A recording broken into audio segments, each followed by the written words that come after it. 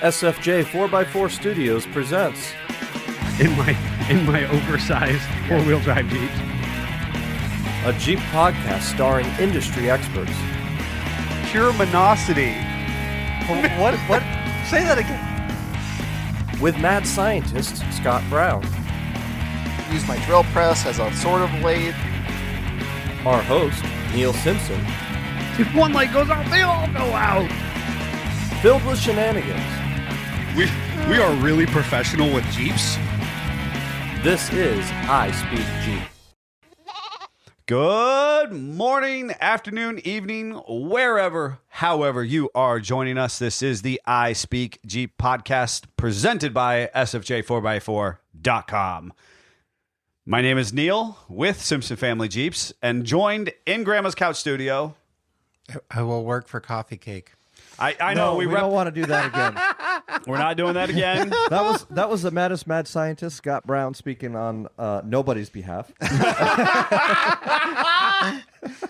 I thought it was perfect. We're running downhill to Bantam Week, Yes, we are. and I was like, "Yep, I'm just gonna wear that shirt." I love it. That was I love a good one. coffee cake. That was not what we got at Bantam. Oh, that was so good. And then the Italian stallion, the producer, Jeff Shiramonte. And today,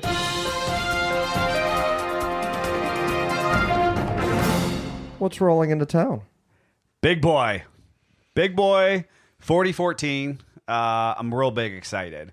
And if you want to know what I did over the weekend, which is relative to Big Boy and everybody else's weekend updates, stay tuned through the outro credits, and we'll talk to you then. But yes, tomorrow, so Big Boy actually enters Conneaut this afternoon. I'm assuming 4 or 5 o'clock by what I know. It actually may be a smidgy bit earlier, but then it will be departing, continuing on its eastbound thoroughfare. And if you're unfamiliar with our physical location of a business, we actually sit not 10, 20 feet from... I mean, if you go back to early episodes of our podcast, you can hear the trains in the background. Right.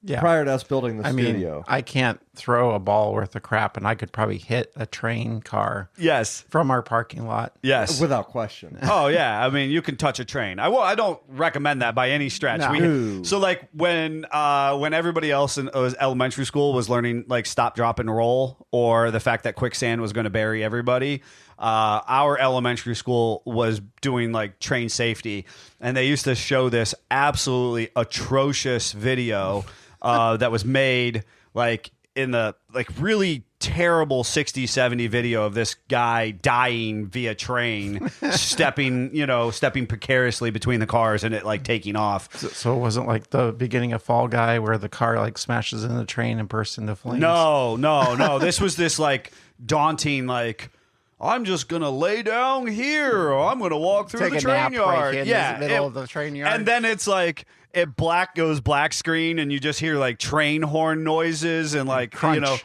crunching sounds. It's like, this could be you too, kids. Because Conneaut, Ohio is a train. It's a train town. We actually have both at this point in time CSX and Norfolk Southern running through our town.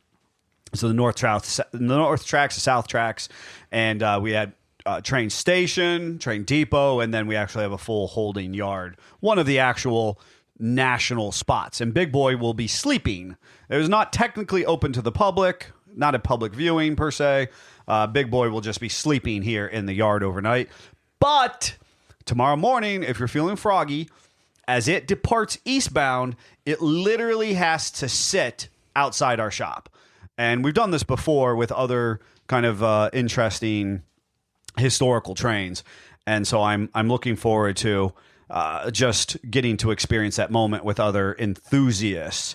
And people are like, well, what else? Are you guys doing anything else? I'm like, nope, we're just watching a train. After the train leaves the yard, y'all go home now. We got work to do, right? We're good. There's no train cookies here. There's no train activities. We're going to watch it, and then I'm going to go back to work. So In the comments this morning, we got Nate first saying good morning, then Billy Joe said good morning. Nate then asked, anyone ready for Bantam? I think nobody is, but that's going to be fun anyways. Mm-hmm. Jaga Jeepers, good morning, SFJ. Chip Fury, good morning. Michael Guda says good morning, SFJ. Then we've got Bradford saying train.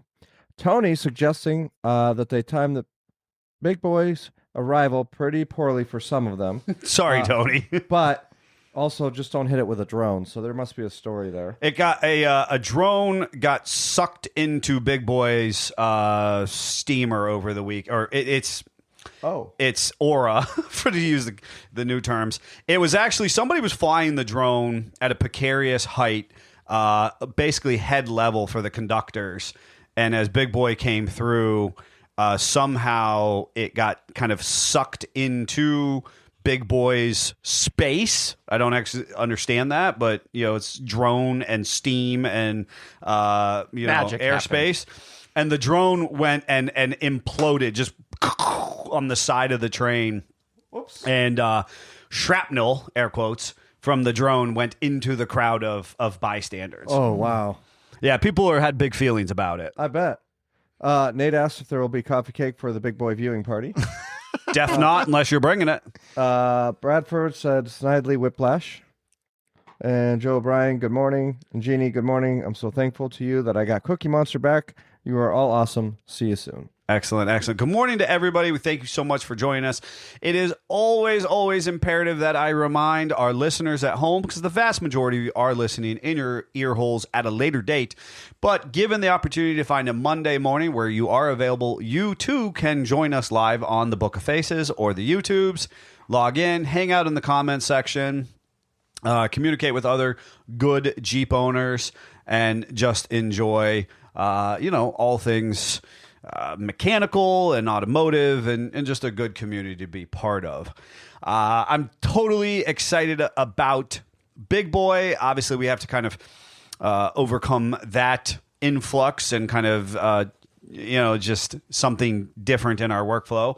I actually was thinking about the fact that we don't have a swag exchange giveaway this year. And I thought over the weekend, I'm okay with that a little bit, because there's a lot of life right now. Well, not only is there a lot of life, but for our listeners and followers and Jeep family who did participate over the last couple of years, that becomes uniquely special, right? Mm.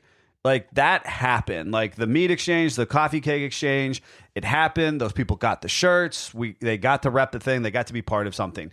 It's kind of like I was explaining the Guinness Book parade. Mm-hmm. And it's like, people who participated in the anniversary parades or the Guinness parades, that's a big deal. That's very exciting. You do it every single year. You're not going to hit that. Yeah, it takes something away from it. It takes something away from a little bit. And I thought to myself, you know what? Hey, that little bit of exclusivity, the people who got to be part of the exchange and we had fun and they got the limited swag, because we literally only made swag for the exchange. Like that, nothing takes that away at this point. You know what I mean? Yep. So, maybe in the future we'll do it again. But this year, hey, you know what? If you didn't do it with the meat exchange or the coffee cake exchange, you missed out. Yep. That's what I was thinking. Yep. So today we are going to be talking about the concept of trusting the process. And I think Scott said something last week. And if not Scott, there was definitely some internal conversation. But in general, we talk about our process. Mm-hmm. And we did have this experience, and Jeannie has already alluded to it, with her Jeep Cookie Monster, which is this super cool Jeep. I mean, she used it at length in her professional career. It is a right-hand drive vehicle, and she used it, for postal delivery services. And then she equally used it, for Jeep excursions. And she has traveled the vast majority of the United States and portions of Canada in it. And obviously, she has it thematically decorated and then presents herself. And, her and Jeff do these really fun, just generally trying to make people happy events with it. Well, I She's think literally what's- giving out cookies. She has a little remote, Jeep and everything. Yeah, and it's what's really fun is her story behind that Jeep, because that wasn't even the color she wanted. I remember this. She did not want the blue Jeep. Right. So And that's what sent her down into the theme. the of it. theme piece. And for those that don't know, right-hand drive, you kind of get what you get with Yes. that. They're always a mishmash. Yep. And honestly, most of the time they're like white or red. So the fact that she has two that are not Interesting those colors. Yeah. is kind of I think there unique was a couple into itself. silvers. I think there was silvers in the older models. Yeah, Like but I'm saying it's more of that fleet. fleet inspired paint job. Yeah, the fact that it exists in the blue, and then she has Minion in the yellow is kind of unique. It is very unique. But ultimately, after a sorted affair of life, the Jeep is long in the tooth, to say the least, and she gets into an accident, which she narrowly avoids. Impact with another individual, which could have been more devastating to the occupants of the vehicles and more so the vehicle. But the Jeep gets totaled in the process, right? Yep. And we then start what feels like an arduous death march of rebuilding this It vehicle. started out as a death march. At first, it was like, oh, we see this, we know we're going to find more. Sure. We can handle this. Parts are hard to find. We got this. We can find the parts. I mean, it's important to note, like, track bar is backwards. There's Yeah. lots of things that are on the opposite side. And the front axle was severely damaged in the Which- accident. The frame was damaged in the accident. So we had to source some pretty Unique and hard to find components, right? But ultimately, Cookie and company are not alone in this. And ultimately, it's a 1.5 year long process. Yeah. And it's a roller coaster ride, right? Yes. Lots of ups and downs. With Lots of emotions. ups and downs. And it really had me thinking about the concept of trusting the process, right? Because the process and what we kind of shared briefly in our kind of exchange over the weekend is this does cross over a little bit to the conversation we have, or conversations that we have in the American Hustle, in the sense that it is kind of a social, emotional, self-improvement, trusting the process, right? We are a society of immediate gratification and not necessarily the kind of the patience and processes that we know take to create success. And I think even not just from the customer standpoint, but even from our own standpoint, as we're working to repair the Jeeps, trusting, hey, this part we didn't expect that, but we trust that our process is the reason we found it. It's the reason that we're able to figure out what the next steps are and go through that diag.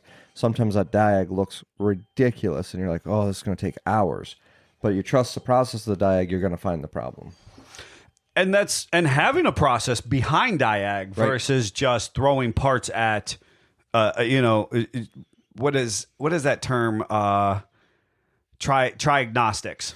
Instead of just triagnostics, actually doing diagnostics to verify components and workmanship. Well, and how many times was it multiple parts that were wrong?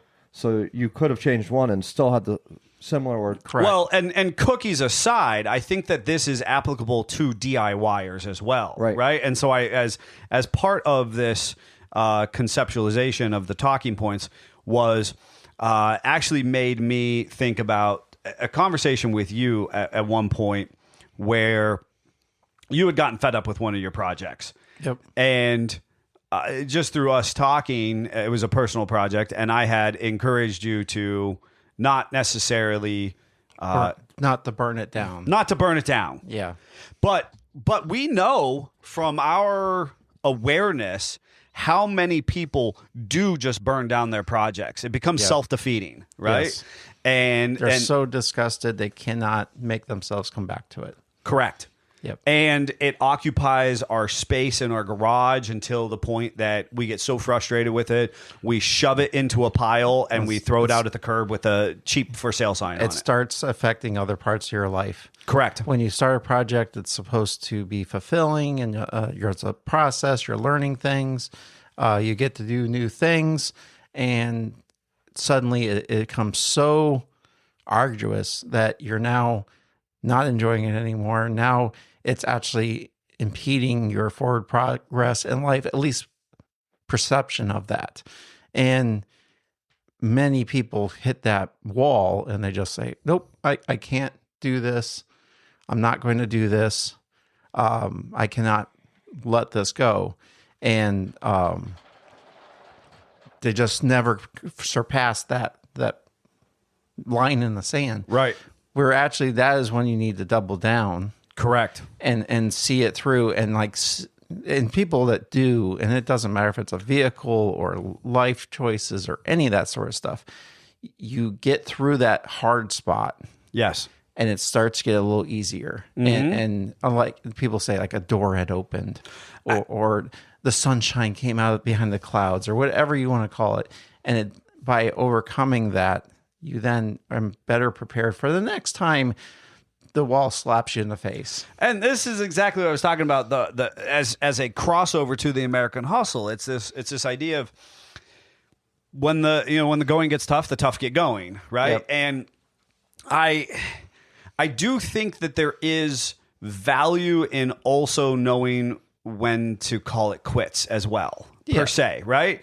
And well, and also knowing when your chapter has closed.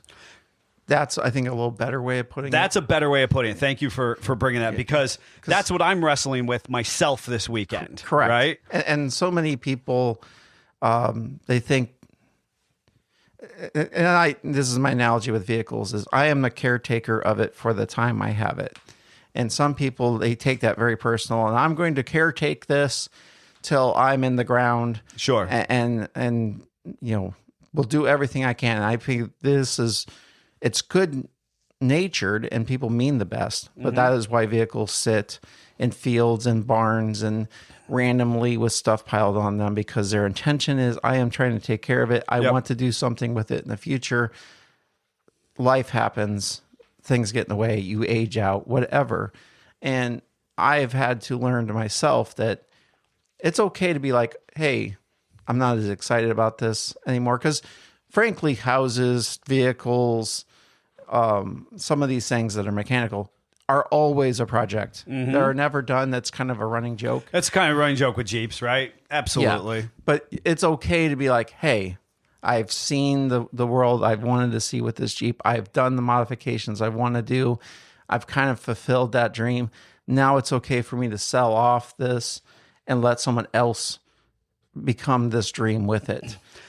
And I am using Jeannie and Cookie, and I did not speak to her about her explicit permission. I tend not to try to talk about our customers as much unless they know I'm going I know to. she's but on board. Yeah, hopefully she's on board, right?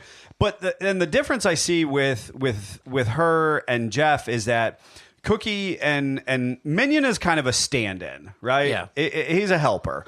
But I Cookie... think we should clarify. Not me, Jeff. Her, Jeff. Oh, good clarification. Not everybody at home might know that Lots her of Jeffs. husband. Yeah, it's a generational thing. Jeffrey. Her husband Jeff.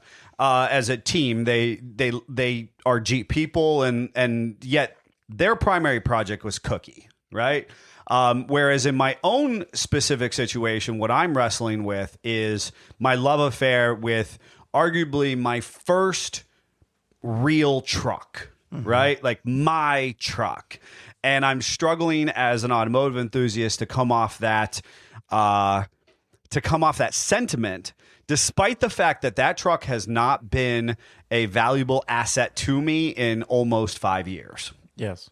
And so I've just been shunting it around the property, despite the fact that I had procured a donor parts truck for it, a rust-free cab for it. All the things. I've done all the things except for prioritize the time and energy to work on the truck. But by extension, my homestead project with my wife, and then obviously the business, you guys always know that, but that is what's consuming all my time and energy. As it should. And that is my primary project, and I'm just trying to do 15 minutes to an hour on that project, a day or every couple days. And that's another important thing to bring up with this is if you saddle yourself with 80 gazillion projects that you need to put 5 to 10 minutes into, to just move it slowly forward. I was there. I used to do that to myself. That is a death march beyond all death marches. And that's exactly what I'm bringing up with Jeannie and her husband, Jeff. Cookie was their priority, right? I mean, you have the other life things that happen, Stuff happens. but her sacrificial of energy, of finances, of talking points, of part searching is into Cookie, right? And whereas, for me, I'm going, okay, I'm spending money on the homestead project. I've got my own love affair with Jeeps. I've got trucks and trailers already, I've got little home equipment, whether it be lawnmowers, tractors, whatever, right? And the good sign of that, maybe this project needs to find the next caretaker. Have you replaced it in your life? And when you have done that and it is now suddenly off to the side, Correct, and doesn't have a purpose, and I know that's kind of rudimentary, to use that term loosely. Sure. But anyway, if you have moved on in life, and this can be with anything, clothing, that kind of stuff, if you just have it to be reminiscent of, you honestly can be reminiscent without it. So we've deviated from the process at that point. You know what I mean? Whereas if that's not our case, if we go, hey, I'm about this car build, I'm about this Jeep build, about this. This is what I've always wanted. I see myself for the next 5 to 10 years enjoying this. I have places I want to go, things I want to see with it. When you hit the wall, because you always do, Correct. you got to persevere and go through it. So now we're back into, and I just want to take that little deviation to talk about when the process may or may not be applicable. So now we're back into the process. And, Jeffrey had brought up diagnostics in this point, and I do think I wanted to use, the story of Cookie as a vessel, because ultimately after a year and a half, Cookie does go on its maiden re-voyage and reunites with Jeannie and Jeff. All the diag involved in that. And it did. It had all the diag involved in it. Likewise, we have some other Jeeps on property that are longitudinal, right? Yes. We want, as a society, we want things to be like on overhauling. I always use that in my brain. Yeah. Where we can watch an entire car be built in 45 minutes. Yep. Or the home makeover shows that, that They restored the entire house in 24 hours. Correct. Yeah. And again, it's all about perception. We perceive that car is restored. We perceive that house is fully sorted and good for many years to come. But ironically, I can't remember. It was the one with Exhibit that would go in West Coast Customs. No, too, well? not West Coast Customs. They would come and kidnap your car, and they would do PS2s and stereos and fancy paint jobs. Am I right? That was Pimp My Ride. That was West Coast Custom. No. What was Mandela West Coast effect. Custom? Anyway, moving on. Who was the shop that they were doing the Pimp My Ride with? I don't know. But anyway, it was like, all right, you keep doing your thing. yeah, the phones are coming out. So Yep. This was the classic Ford Taurus that us millennials remember that Nana had and Dad, Mom had, and it's what was on, many shows growing up and everything else. And someone took a picture. They were at a pull apart. West Coast Customs. Yeah, buddy. Anyways, hey, when it comes to business is my project. It's my process. All right, go on. I didn't want to admit that, but it was right. Mandela effect. Anyway, they took a picture of this Ford Taurus with its fancy paint job and its wheels sitting in a pull-apart yard.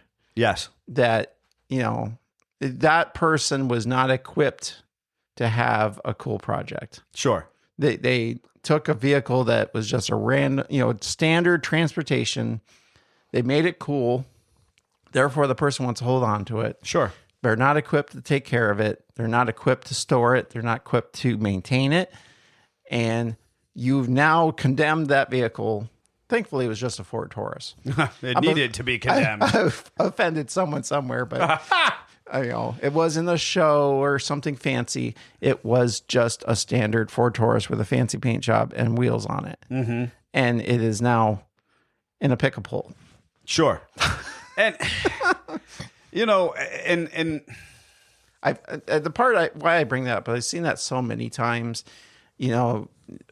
up by us, if you don't properly store your vehicles, you don't properly house them, you are condemning it to death. And I've seen so many times, cool muscle cars or cool Jeeps that could have been something, and they don't, because they get to the rotten part where it doesn't make sense anymore. The original vehicle's essence has kind of rotted into the earth, and all the cool parts that made it that are now defunct. Sure. And yes, you can bring them back from that, but your wall is way thicker and way bigger when you do that.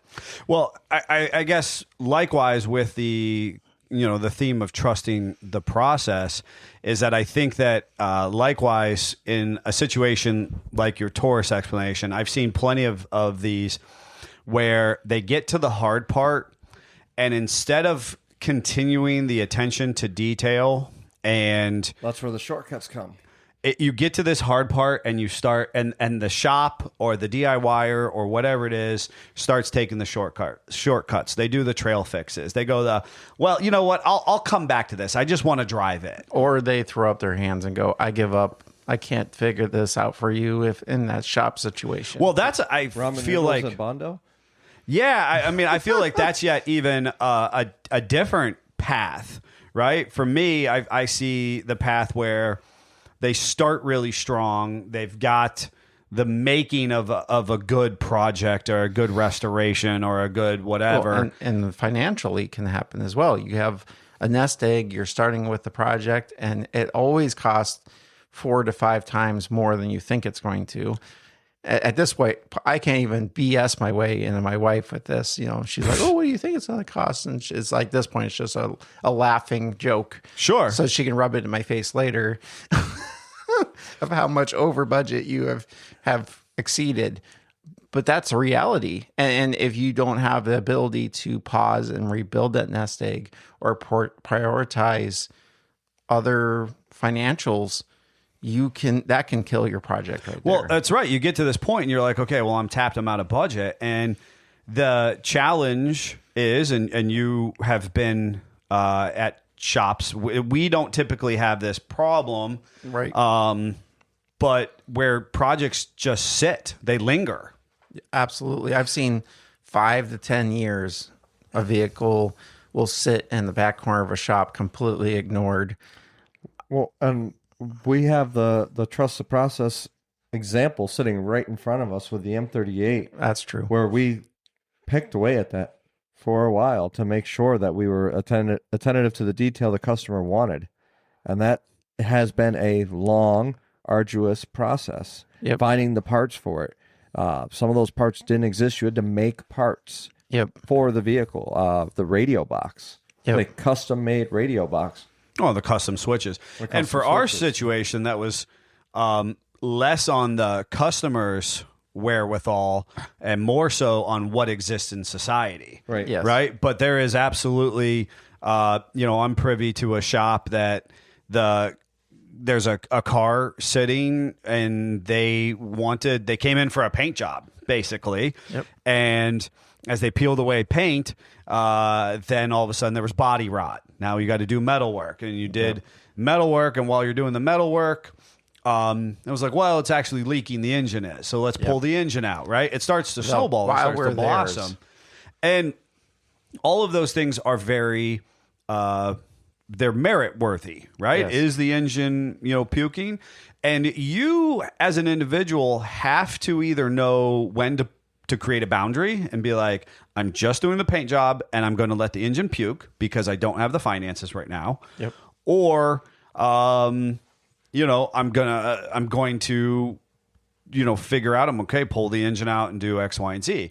This is very quickly how things can snowball in personal projects and with other shops. Because, of course, I think that there's a lot of well-intentioned individuals who are not project management shops. I think that's one of the things that I pride us on is we are a project management shop. We can do longitudinal projects, whether that be a couple months or a couple years. We can bring that vehicle to market in some way. Something else I wanted to bring up before we get too far off is sometimes the investment you don't see is, about, okay, I need to have budget for a paint job. I have the budget for the motor rebuild, that kind of stuff. But if you're convinced that you're going to do that yourself, what about the tools you need to do that project? And even as a shop, there's unforeseen things.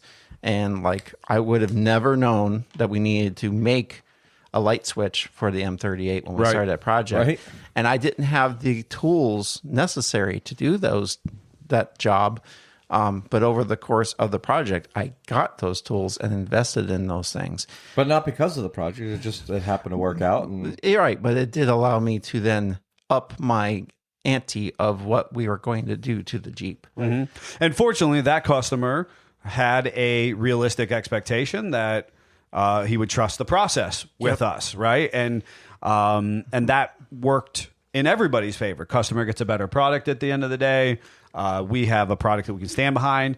If you all did or didn't catch on the live last week, that particular Jeep we're talking about did get its official invite for in the convention center display in Las Vegas. SEMA 2026. So we'll have that Jeep. So a kind of a culmination of trusting the process and that full nut bolt restoration, but it took years and years to get that Jeep from where it came into us to where it's leaving us, Yes. And so, there's that old adage in the mechanical world, cheap, fast, or right, you pick two. Yep.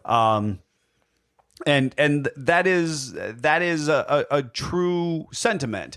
And quite frankly, unless you're going to throw a exorbitant blank check at a project, the likelihood is you're going to be paying with it in time equity. Correct. Right? I mean, that's just the average individual is in sweat equity and time equity. You're going to be putting in what you have when you have it. And something else just came to my mind. Something I would suffer with is I would have expectation of seeing what I saw in the magazines, what my people I look up to could do, and what I expected out of myself, and that my skill set at that moment was not there. So I would be unforgivable for myself I can't actually, I've tried 4 times and I can't get this to come out the way I want it to. And I would stop myself and that project would come to a screeching halt because I would not allow myself to pass that. And I was forgetting the important step. You have to crawl before you walk, and then you have to walk before you run. So if you're not willing to make mistakes and you're not willing to develop that skill, you're never going to finish the project. Mm-hmm. And you'll have to wait till the end. But I was working on something this weekend on my project, and I'm like, I was slowly getting it, but it's still not perfect. Mm-hmm. And I finally had to go, I've done the best I can do. I've learned a lot in the process. It's never going to be perfect, but it's way better than it was. And be okay with that. We have this tiny house that we're not actually living in, but it's cool to look at. And then Jeff and I set about building a miniature version of it in a she shed for my wife. Yeah. And I have, after we framed it, I have then since enclosed it, right? Now, this is for me, doing the homestead stuff and the building and the semi-carpentry framing, so on and so forth, has been a welcomed itch that I can scratch, right? So when you take your personal passion, which was Jeeps and, building Jeeps and off-roading Jeeps and parts logistics and stuff like that, and you turn it into your career, sometimes it certainly hasn't lost any luster for me. The biggest challenge I have is space, right? Space. We don't have anywhere to work on my own junk because we have so many customer vehicles coming and going, right? You never have enough space. Never have enough space. So I have found that doing the homestead build stuff has been very fulfilling for me because it scratches that same kind of builder mechanical mentality. Right. And it's something that I can do in my free time that is very fulfilling, much like building the Jeep for me can be. I think, but I have my own space to do it. And the shed's a perfect example. Is you've had a lot of help from very good friends over the course of the build of the house.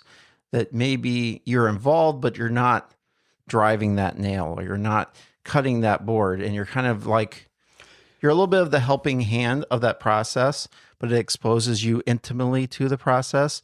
So then you get to go do the shed and you get to put the nail in and make the cuts and make the mistakes, but you grow as a and fabricator. Specifically, and so specifically with that, to your storyline here, I started with an existing structure and I improved upon it, right? Correct. And so while we did drive the nails and put the boards, we then had those helping hands. We had those professional carpenter characters come in and kind of give us the tips and tricks. I did hire an Amish crew to do the rafters, which is a cathedral ceiling, common rafter setup, blah, blah, blah. So when it came to the shed, it was just Jeff and I, right? Yep. And then when it came to, even with that though, we had to trust the process of building the shed on unlevel ground because we didn't, prep our foundation, and that involved pivoting and figuring out new ways to make it work. Which I assume those temporary blocks are still there, 100%, 100%. Yeah, they're perfectly fine. I look at them all the time. They're holding strong. Everything's great. I actually removed a couple of them, shimmed under the shed. But that's neither here nor there. I trust the shed is well built. At this point, long story short, is I'm trimming the metal roof and the fascia boards and the soffit and the gable ends, right? Which was all I have zero experience in, I have zero knowledge of, and I had somebody else do that for me previously. But I'm going, okay, I actually am enjoying myself, so I want to learn. But I cut something wrong the other always. Right? And I have, and how often this happens with your own projects, you only have a limited amount of material or product, and you've now done something wrong. So now you're buying it again. Or Yep. In this specific situation, I figured that I actually came out okay, but I was pretty defeated in that moment. I actually came out okay because I was able to flip this piece around and cut off 10 inches, and now I had a fresh piece to, kind of seemingly a fresh piece, and the place where I screwed up would be buried in underneath, blah, blah, blah.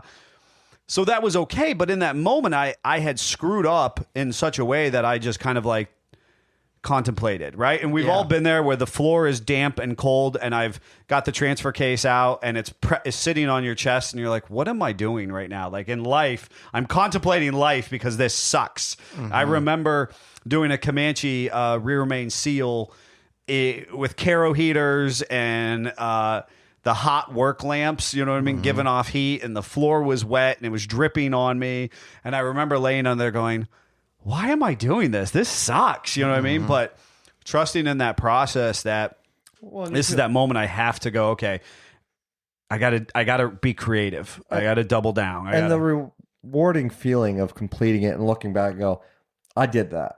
There's something to be said there. Giaga Jeepers is in the comments saying all he's hearing is the she shed needs axles under it. So when are we doing that? I'm not even going to get into that. That's a whole other storyline. I actually really like the idea of like a little pavilion on axles, but then you can move it. Sunny areas on your property. That's daydreaming. That's daydreaming. Oh God, stop it. Stop it. But I guess, ultimately my thought process here is for those of you who look out on the horizon of the Jeep community and you see the very cool Jeeps that are wheeling at the bigger parks around the country, or people are traveling for Jeep Beach or Bantam or wherever, right? SEMA or whatever it might be, and that just seems and it feels really, really far away. But understand that if you trust in the process, your ability to move through might not be perfect. It might look like a roller coaster. It might have ups and downs. It's not might. It's gonna. It's going to. You're right. It's not might. It's going to have all of these less than desirable qualities. But by trusting in the process, you get to then have this amazing final moment. And we have a customer. I'm going to throw him out there. I don't know if he'd be okay. So I in part learned this from Jeff Babick, and he had a pseudo-religious experience when he picked his Jeep up from us. And his Jeep, this was 2018. So he tore it apart or in stopped driving? 91-ish. I was between 91 and 94, but early Correct. 90s, he had stopped being a useful vehicle. Stopped being a useful vehicle. And he had gone through had gotten put in the back corner of the garage. They had piled stuff on it. They had taken it to a shop. The shop. So that's what, wait a sec. It goes 20 some years. Yes. Of his ownership, arduous, where it's sitting in a garage, and I would say, knowing Jeff well enough, it did not. Another Jeff for listeners. This is yet another one. Holy cow! Knowing him well enough, I mean, he didn't have a whole lot of other projects. Life happens, right? Correct. Like anybody else. But it was beyond his abilities, way beyond his abilities to do it himself. And he did, I think he even tried a little bit, but he was employing places, and those places weren't fulfilling the obligation. And eventually it ends up at a body shop, which attempts to do a restoration for him, which is a nightmare, right? It's those stories you read about. Paint jail. Yeah, where it's paint jail. And they did some really crazy stuff, and I always have to bring this up, but they sandblasted the driveline in its entirety. So as an assembly. So the axle, so the sand or the media, the blast media grit penetrated all the seal surfaces, all the gasket, all the old original gaskets. I mean, every part of that vehicle had blast media in it. The axles, the transfer case, the transmission, everything. Steering column. But it was gorgeous because they blasted it all clean and then they painted it all black. It was a gorgeous they did paint visual. Nice. The paint looked nice, but they were not a mechanic shop. Not at all. And eventually they weren't a good shop at all because they actually went bankrupt. They closed the doors in the middle of the night. And thankfully he was able to get his Jeep back, but now it's half torn apart in random boxes. It's a Boxo Jeep at this point. In the corner of the garage. And I remember us going up to look at it, and he's, Well, at that point in time, Boxo it Jeep. had ended up on a flatbed. That shop, without his permission per se, shipped it to another shop. Yeah. Where it ended up outside. He had to go find it. Yeah. And that's when many projects go to die. 100%. Like the fact this one made it through is amazing. We're 20 plus years in his ownership of it not being a useful vehicle. The shop started it, had a bunch of cash into it. It becomes bupkis. Yep. It goes onto a flatbed yet to another shop. He has to go find it, figure out where this shop is, who's got his Jeep. His property is missing for all intents and purposes. Yep. He procures it. They basically don't want anything to do with it. They're in over their head. The whole project is in over his head. And eventually, that's when he contacts us after a period of time of it sitting back in his garage. And you're right. We then go and we look at it and we decide we can help him out, right? Yep. It does go, we spend about a year with it or so. Yep. Before we revealed it at Bantam Jeep Heritage Festival 2018, if I recall, as a mechanical restoration, right? We didn't do the paint work or anything like that. Right. But But around there is when he picked it up, and he picked it up in an afternoon period of time, and he ends up driving it home towards, westbound in Ohio, along Lake Erie at sunset, and he has this pseudo-religious experience, right? Where decades of trusting the process in his own way, in his own right, kind of comes together for him. Yep. And what an incredible experience that is for those of us who endeavor into these adventures. Oh, and the best part of that story that I love is him coming up to me, and in the course of this Jeep just sitting in random spots in many boxes, he had a relationship, had a child, and he was teaching his daughter how to drive stick in his Jeep. That her whole life, this has just been an inanimate metal object in the corner with boxes piled around it. Right. And then she got to drive it. Right. That was so cool. It was a very cool experience. And to be part of that with these individuals. And now we've had multiples of those opportunities where we've kind of been able to bring something back to life for people and to be part of that. But for us, we have experience in the process. I was going to say, it's not even just about restoring the Jeeps, but even doing like major builds like Johnny 5. I mean, that was a process. There was a lot of customized work to do this. And that was a brand new vehicle, 300 miles on it. Yep. And look what it became. And I think that's a great pivot or segue into that, to say that it's not just restoration. It is this fulfillment of a vision or a dream Absolutely. that a person has. It can be literally anything. It can be getting an education. It can be so many things. And J5 was a great example because, kind of dipping his toes in. Josh is a great dude, that owner of J5, and he talked with Jeff first, as my understanding, and said, "Yeah, we can help you get from point A to point B." And it was supposed to be a tire wheel package and a small lift kit. Yeah. And then to help him go camping. And then it just continued to progress, and he enjoyed the process. He loved the process. I mean, it was literally, you know what? What else can we add to it? Hey, while we're doing this is fun. What else could we do? And he was learning in the process as we developed it. You ended up adding stuff. Greg ended up adding stuff. Scott added stuff, and he loved it. He ate it up, and he just kept building. And he kept building, and eventually that becomes one of the most, as far as I'm concerned, one of the most notable gladiators, that certainly was at SEMA 2025.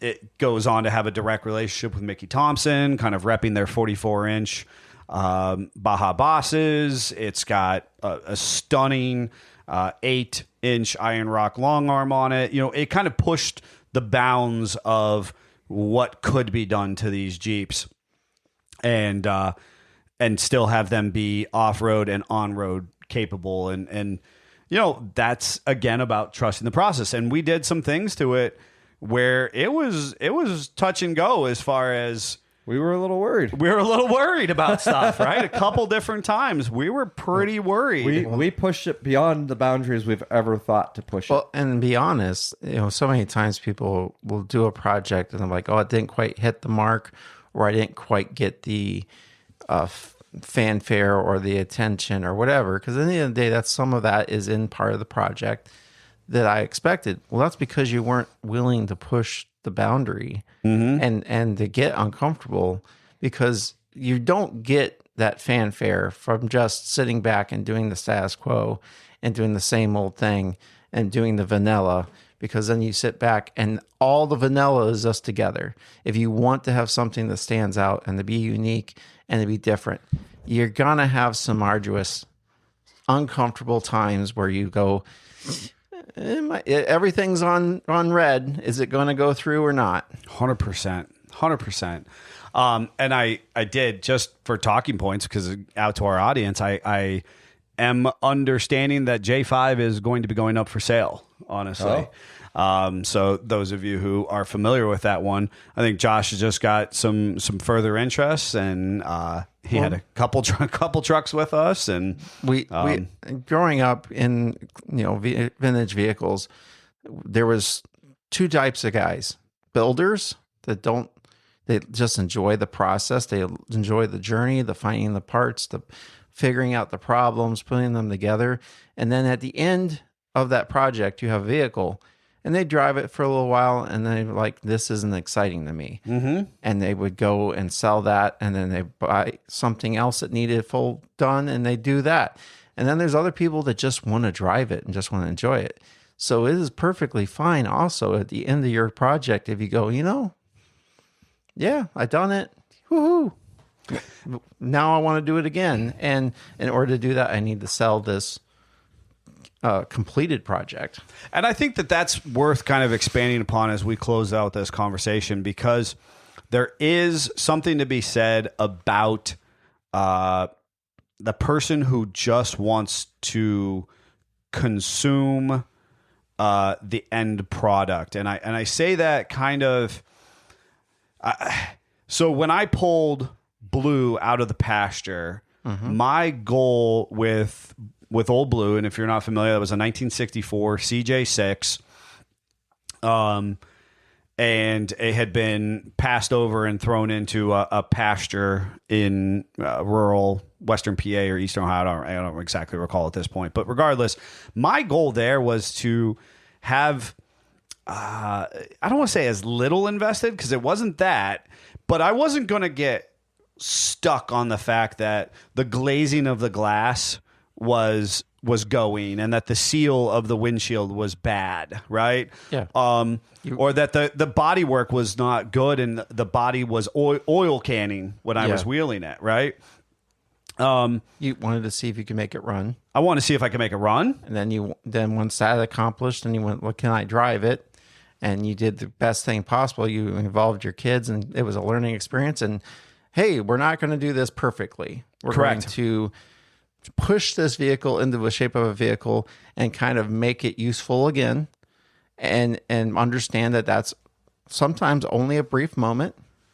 And so ultimately, and that's the thing, is it's somewhere, I think I started around 16 or 17. I was actually recently looking at pictures of it, but to think that I actually had that Jeep in my life and then wheeled it, it was almost 3 or 4 years total. Mm-hmm.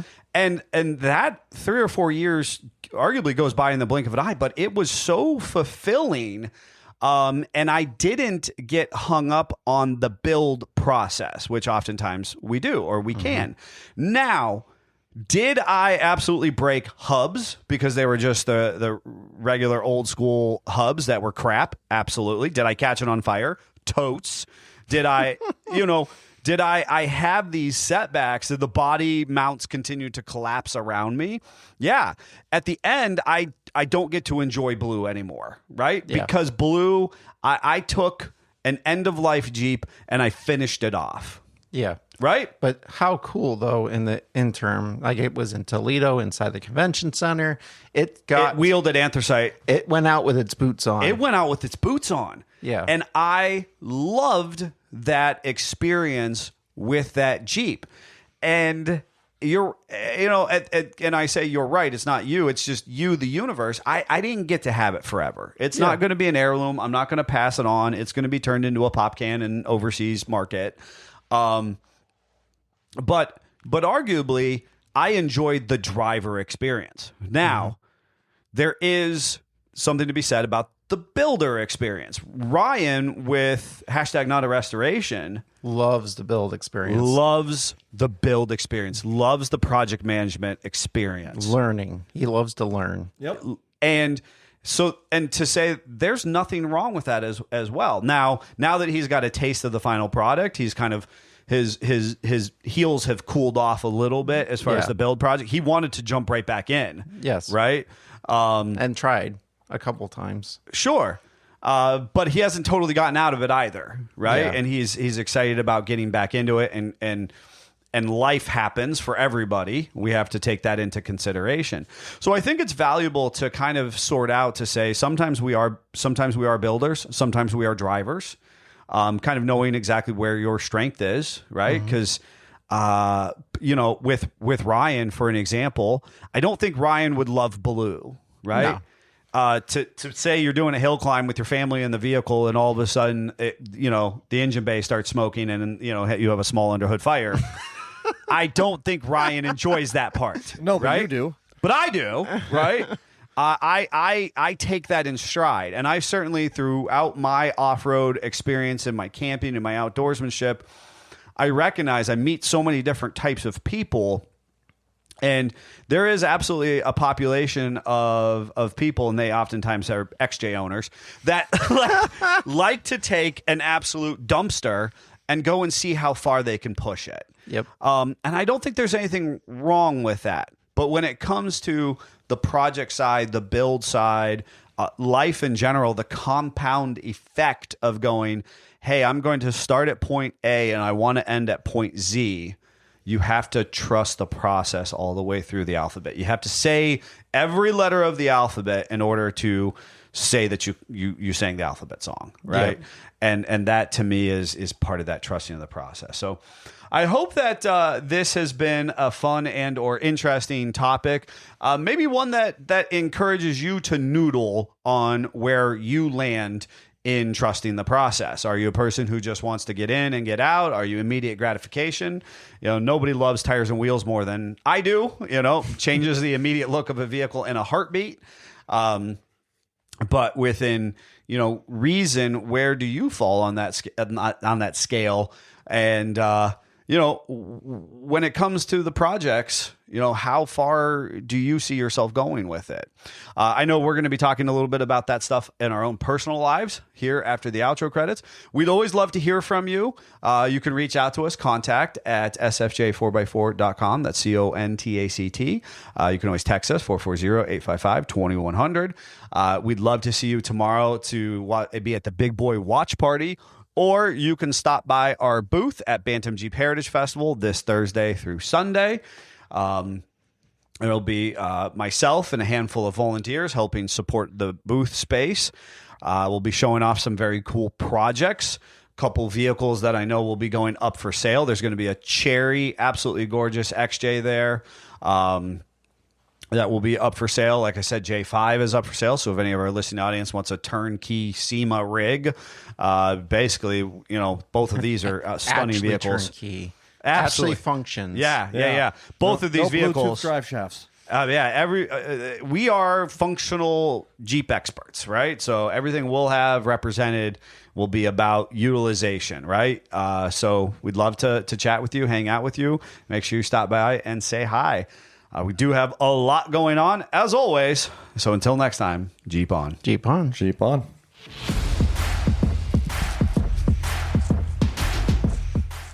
So all about the, trusting the process and learning. I did make floorboards for the Model T project, which are originally made out of wood. There's this whole good story about that he used like packaging lumber, because back in 100 years ago, things came in crates. So they would take things apart and they would use those crates. I've heard those for floorboards and that kind of stuff. But in any regard, and just fits perfectly into what our topic was, because I had measured it. I thought, it's 3/4 plywood. Cool. The bargain hunter my wife is, she's like, no, we're not going to go buy a new sheet. Let's go see what they have in the scratch and dent pile of wood. We found this really nice treated piece. It's 3/4 thick, that the corner knocked off of it. Cool. Got it for dirt cheap. It wasn't 3/4 inch. No, it was actually 1/2 inch. But ironically, that's a big difference. I know. There. Okay, that's fine. Mandela effect. Okay. It changed from when I measured it to when it was. But anyway, okay. I wanted to get some more plywood to do some seat upholstery with. And so luckily we rinse and repeated the process. This is the only thing is not treated. But I got a big enough piece, even though the entire time I was doing it, I was whining, I don't want a big piece. I don't want to deal with this big piece. Thankfully I did, because I was able to make the seat pieces and the floorboards out of that. So I finally got to sit in the car without my feet falling through the floor, which is exciting.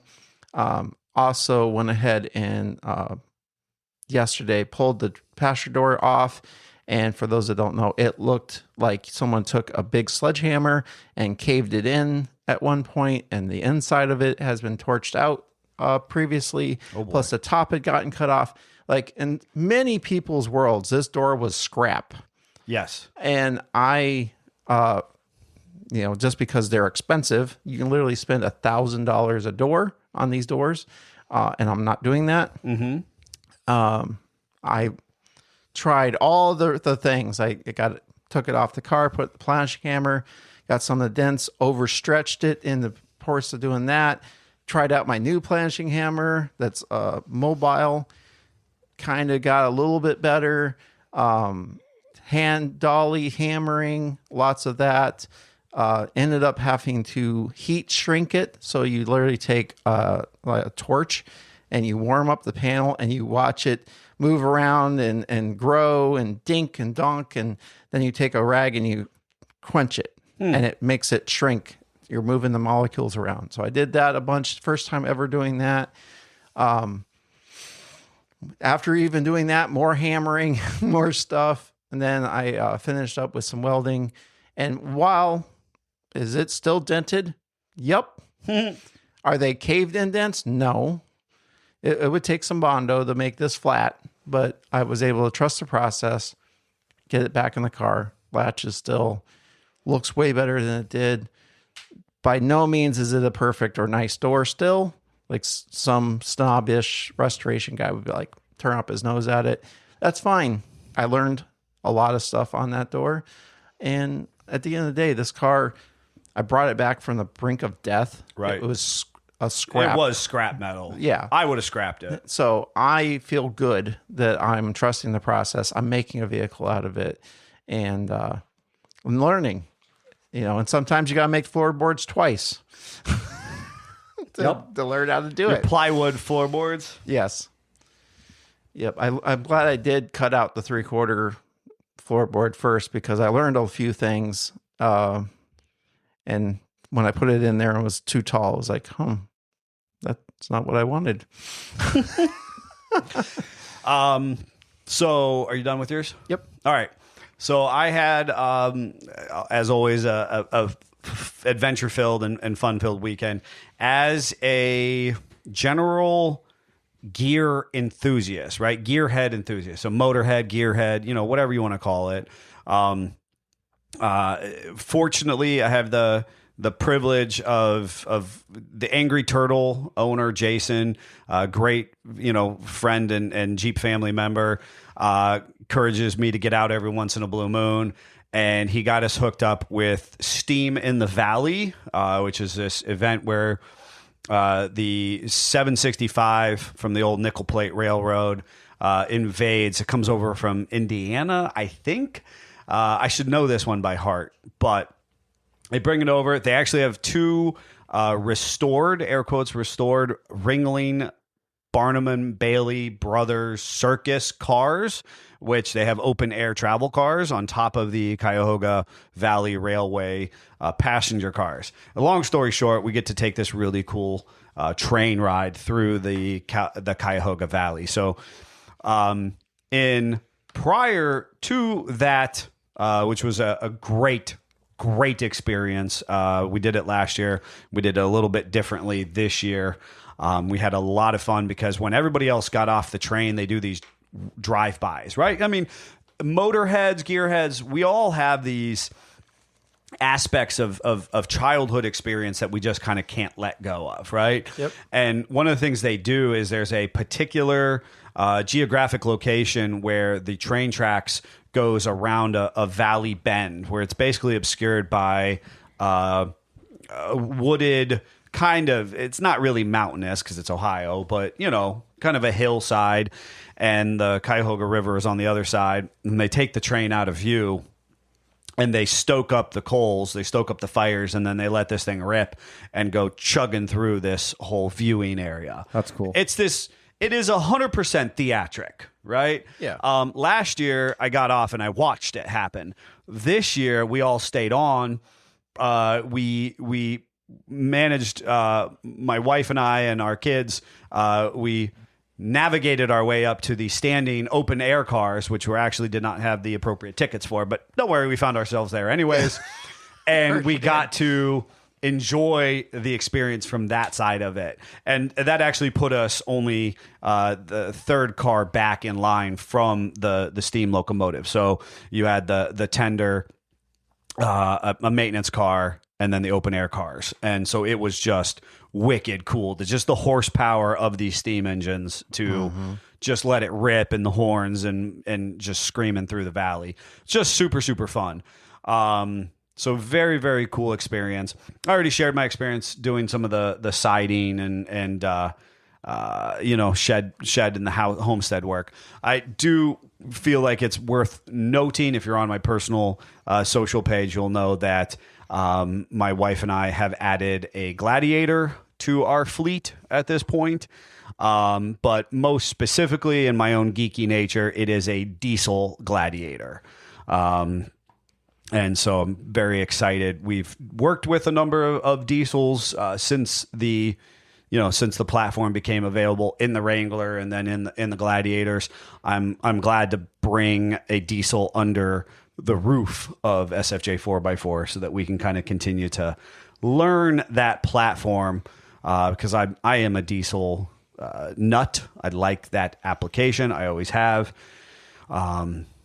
Modern day diesels, they're bogged down with a number of components, but otherwise pretty cool platform. So happy to add that to our repertoire. Jeffrey? So back to the trust of the process. Voodoo Corporation is expanding with 2 new franchise locations. So they're opening one in Canton, Michigan, and one in Hardin, Virginia. Okay. And what's really fun about that is my week was spent training those individuals with the franchise group. So they came in. We had a husband and wife couple from Canton, and then the individual owner from Virginia that were in our facility for the week. And the whole trust the process concept, when you text it, that's what you want to do. I was cracking up because that was literally what we were telling them that week. Because they came into this not knowing what it's going to be like to open their own restaurant. One of them has a lot of experience in the restaurant industry from Virginia, but the couple, they're near Detroit. They are car industry. They don't have restaurant industry experience. So it was a really fun opportunity. They came in, there was a little bit of overwhelm with all the information that's thrown at them throughout the week, and they're working our kitchen, they're working our bar, they're learning opening and closing routines. By the end of the week, they literally said, when we were invited to come to Erie, we're like, why do we got to go to Erie? What good is this going to do for us? And at the end of it, they're going, this was absolutely worth it. You need to send everybody through this. That's awesome. So it was. And kudos to you for that. You know what I mean? 3 months into business, basically. Yeah. And having that effect. Yeah. And it was. But you too had to trust the process in your, jumping into the deep end of this. Oh, yeah. I had no experience going into it. I didn't know what I was doing. I still don't. But welcome to life. Right. But that's the idea. It's always about learning and growing and trusting in that process, because it will get you somewhere. Whether it's the exact destination you thought it was going to be. Yeah. It's always going to be rewarding in the end. In a religious piece, we call it faith, right? But in a human piece, and certainly in project or any personal pursuit, we call it trust in the process. That's right. All right, folks, this was a fun one. I hope that it kind of tickled your noodle, and it gives you something to think about. We have hopefully opportunities to see a lot of our Jeep family throughout the coming week or so. Obviously, we're going to be very busy with entertaining people and Jeeps that we're trying to make leave property, and then transitioning out to the show. So if we don't exactly pick up the phone right away, you might know why. Or if you're getting the phone and you get Greg and he's like, yeah. I'm trying to work on a Jeep. You'll know why. All right. Until next time, Jeep on. Jeep on. Jeep on.